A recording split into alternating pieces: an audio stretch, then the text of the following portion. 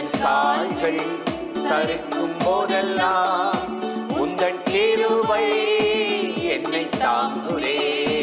எந்தன் கால்கள் சறுக்கும் போதெல்லாம் உந்தன் கிருபை என்னை தாங்குதே. பயமே இல்லை, கலக்கமில்லை, பயமே இல்லை, கலக்கமில்லை, கர்த்தர் கூட இருப்பதனால், கர்த்தர் கூட வருவதனால். எந்தன் கால்கள் சறுக்கும் போதெல்லாம் உந்தன் கிருபை என்னை தாங்குதே. எந்தன் கால்கள் சறுக்கும் போதெல்லாம் உந்தன் கிருபை என்னை தாங்குதே.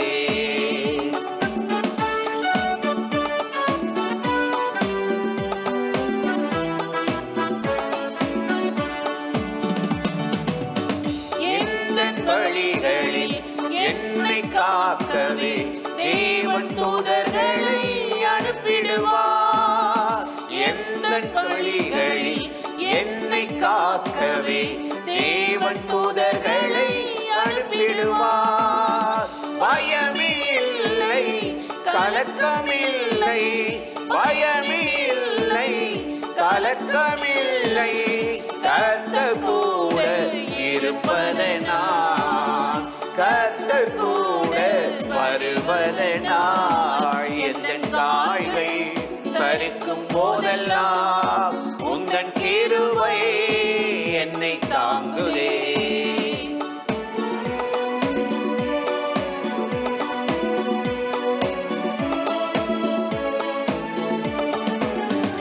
எந்தன் பாதம் கல்லில் இடராமல் தூதர்கள் கைகளிலே ஏந்திடுவார்கள்.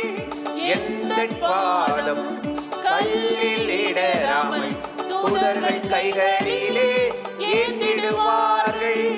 பயமே இல்லை, கலக்கமில்லை, பயமே இல்லை, கலக்கமில்லை, கர்த்தர் கூட இருப்பதனால், கர்த்தர் கூட வருவதினால்.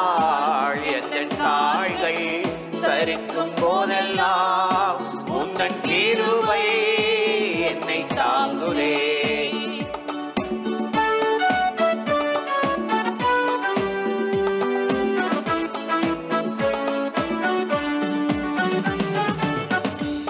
நீதிமான்களின் கூடாரங்களிலே மகிழ்ச்சி கூறல்கள் கேட்டிடுதே. நீதிமான்களின் கூடாரங்களிலே மகிழ்ச்சி கூறல்கள் கேட்டிடுதே.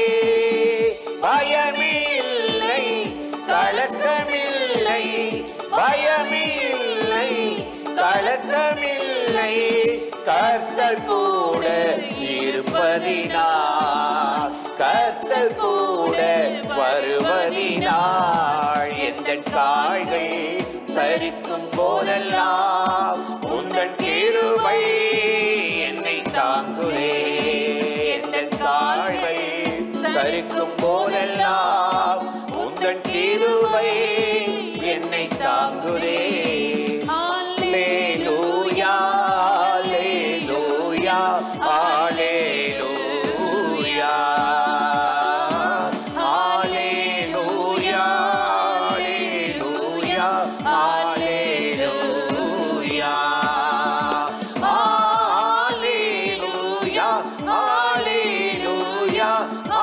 அல்லேலூயா, அல்லேலூயா, அல்லேலூயா, அல்லேலூயா, அல்லேலூயா. பிரியமானவர்களே, ஆண்டவராகிய இயேசுவின் நாமத்தினாலே இந்த காலை நேரத்தில் இயேசுவை தினம் பார்ப்போம் என்ற இந்த நிகழ்ச்சியின் மூலமாக உங்களை சந்திப்பதில் மிகுந்த மகிழ்ச்சி அடைகிறேன். கர்த்தர் எவ்வளவு நல்லவர்ல, கிருபையும் இரக்கமும் நிறைந்தவர். இந்த நாளிலும் கட்டாயம் உங்களை ஆசீர்வதித்து நன்மை செய்து நடத்துவார். இன்றும் கூட ஒரு வசனத்தை நான் உங்களுக்கு வாசித்து சில காரியத்தை சொல்லி ஜெபிப்பது நல்லது என்று உணர்ந்தேன். யோசுவா 1ஆம் அதிகாரம் 5வது வசனம் நாம் யாவருக்கும் தெரிந்த வசனம்தான்.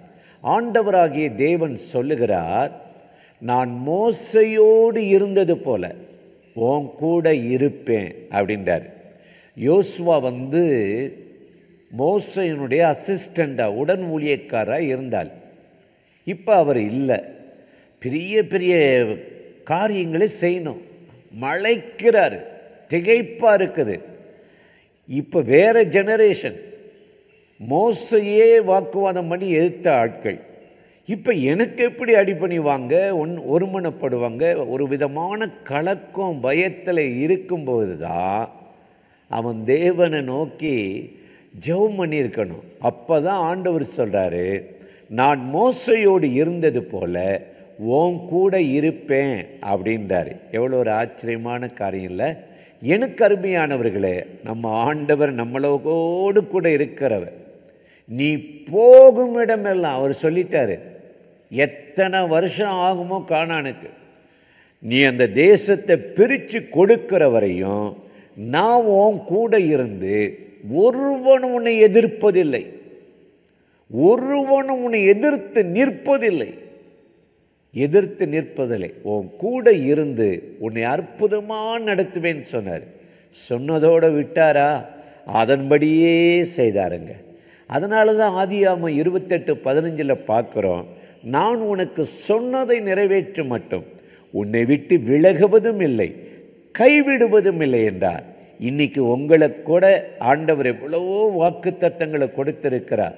அதை நிறைவேற்ற மட்டும், நீங்கள் பார்க்க மட்டும், அதை சுதந்திரிக்க மட்டும் உங்களை விட்டு விலகுவதும் இல்லை, உங்களை கைவிடவும் மாட்டார்.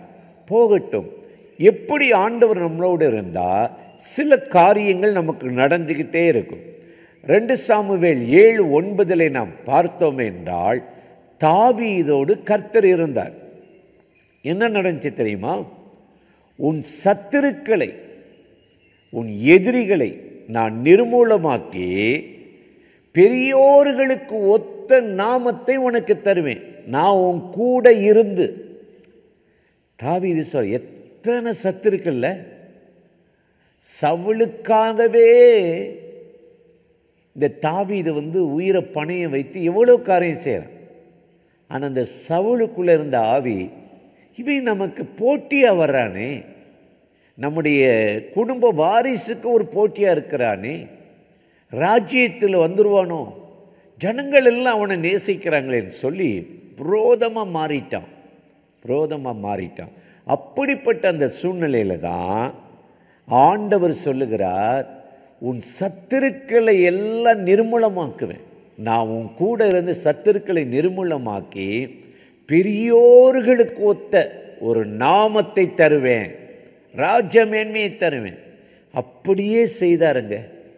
ஆண்டவர் நம்மளோ கூட இருந்தார்னா, நமக்கு விரோதமாக தலை தூக்குகிற, சதி ஆலோசனை பண்ணுற, சொல்லுவாங்களே முகத்துதிப்பு பண்ணுவாங்கன்னு, முன்னாடி விட்டு பின்னாடி ஒன்று பேசுவாங்க. முன்னாடி ஓஹோன்னு புகழ்ந்துருவாங்க, பின்னாடி குழி வெட்டி காலை அப்படி தள்ளி விடுறது மாதிரி பண்ணிடுவாங்க. இதான் உலகத்தின் ஆவி, பிசாசினால் பிடிக்கப்பட்ட மனிதர்கள் செய்வது. அப்படிப்பட்ட அந்த மனிதர்கள் மத்தியில் தாவீதை கர்த்தர் கூட இருந்து பெரியோர்களுக்கு ஒத்த நாமத்தை கொடுத்து அவன் ஆட்சியை அற்புதமாய் நடத்தினாரா. அந்த தேவன் இன்றைக்கு உங்க கூட இருந்து அற்புதமாக நடத்த போறாரு, ஆச்சரியமாக நடத்த போறாரு. நீங்கள் செய்கிற வேலைகளில், தொழிலில் சில காரியம் தேவதூதன் மாதிரி சில பேர் சொல்கிறது மாதிரி சில வேலையில் தெரிஞ்சிருக்கும். இப்போ அது இல்லை. அதை காட்டிலும் கர்த்தர் உங்களோடு இருந்து உங்களை ஆசீர்வதித்து உங்களை அற்புதமாக நடத்த போகிறார். சூழ்நிலை இன்னைக்கு ஒரு மாதிரி இருக்கும், நாளைக்கு ஒரு மாதிரி இருக்கும். நீங்கள் பழசே பிடிச்சி உட்காரன்னு அவசியம் இல்லை.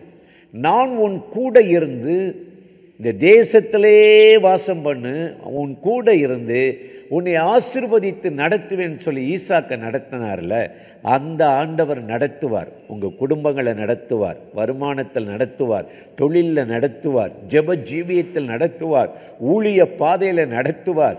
ஆண்டவரே என் கூட இருந்து என்னை நடத்துங்கப்பான்னு நீங்கள் சொல்லி பாருங்களே. இன்றைக்கு கடினமான எல்லாவற்றையும் லகுவாக்கி இந்த நாட்களிலே அற்புதமாக உங்களை நடத்தப் போகிறார். அந்த தேவாதி தேவன் இன்றைக்கு உங்களை நடத்தும்படி இந்த காலை வேளையில் நம்மை அர்ப்பணித்து ஜெபிப்போமா? அன்பும் இரக்கமும் கிருபையும் நிறைந்த நல்ல ஆண்டவரே, இந்த ஆசீர்வதிக்கப்பட்ட நாளுக்காக, நேரத்துக்காக, கிருபைக்காக, இரக்கங்களுக்காக நன்றி. இப்பொழுது யாரெல்லாம் அந்த நிகழ்ச்சியில் இணைந்து உம்மை நோக்கி கூப்பிடுகிறார்களோ, ஜெபிக்கிறார்களோ, இந்த நாளில் நம்முடைய ஒத்தாசை உதவியை நாடுகிறார்களோ, அத்தனை பேர் மேலும் கர்த்தருடைய மகிமையும் வல்லமையும் கிருபை இறங்கி நடத்தட்டும். ஆசீர்வதியும். உம்முடைய பிள்ளைகளை பலப்படுத்தும், சகாயம் செய்யும், நன்மை உண்டாக நினைத்தருளும். இயேசுவின் நாமத்தில் வேண்டுகிறோம் நல்ல பிதாவே. ஆமேன், ஆமேன். ஆண்டவர் இந்த ஜெபத்தை கேட்டிருக்கிறார், அற்புதமாய் நடத்துவார். ஆமேன்.